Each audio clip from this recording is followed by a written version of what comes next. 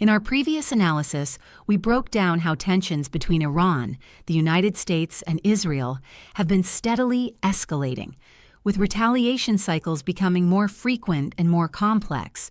We discussed how strategic pressure, regional alliances, and military signaling were shaping the direction of the conflict. But today, the situation has taken a dramatic turn, because reports indicate that Iran has launched a major attack targeting Israel, a move that could shift the entire balance of power in the Middle East.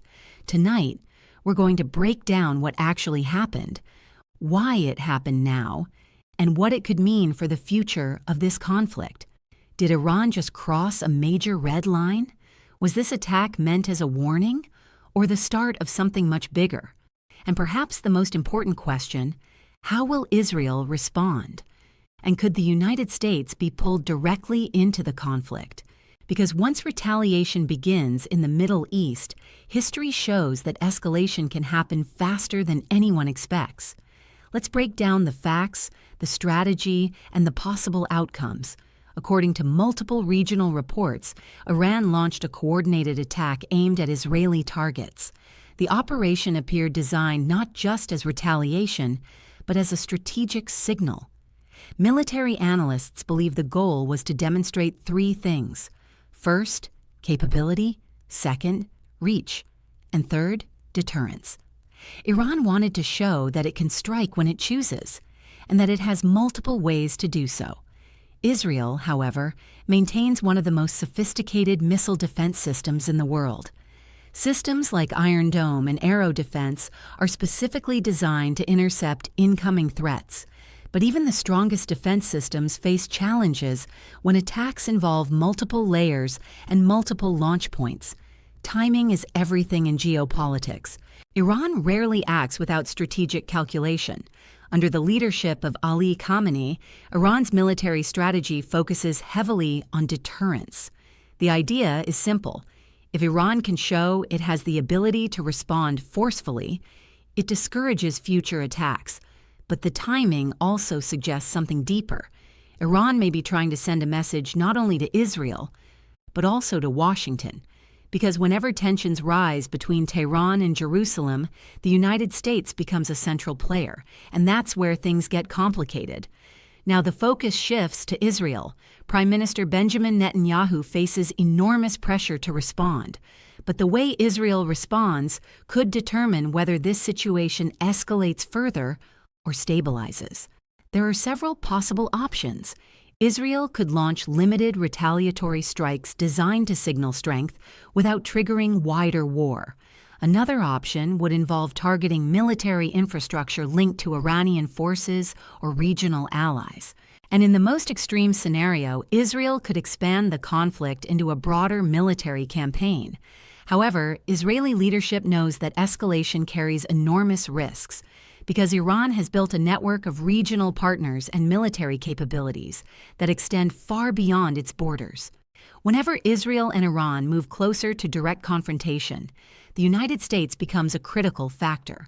Washington maintains strong security cooperation with Israel, and American military assets are already positioned across the Middle East. This raises an important question. Would the United States intervene directly if the conflict escalates?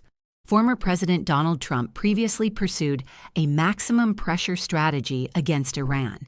That approach relied on sanctions, diplomatic isolation, and occasional military signaling. But large-scale military confrontation has always been considered a last resort, because a full conflict between the United States and Iran would have global consequences, not just regional ones. One of the biggest risks in this situation is something analysts call conflict spillover. If Iran and Israel continue exchanging strikes, other actors could become involved. Regional militias, allied groups, and neighboring states could be drawn into the confrontation. That could quickly turn a bilateral crisis into a multi-front regional conflict. History shows that Middle East conflicts rarely remain isolated. And once multiple fronts open, controlling escalation becomes extremely difficult. While the immediate focus is on the Middle East, global powers are watching closely. Countries like China and Russia both have strategic interests in the region. China relies heavily on Middle Eastern energy supplies. Russia maintains political and military relationships with several regional governments.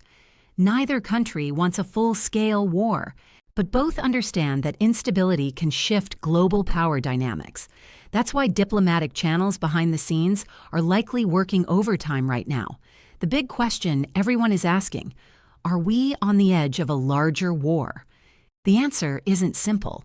On one hand, both Iran and Israel have powerful militaries and strong motivations to defend their interests. On the other hand, both sides also understand the enormous costs of full-scale conflict.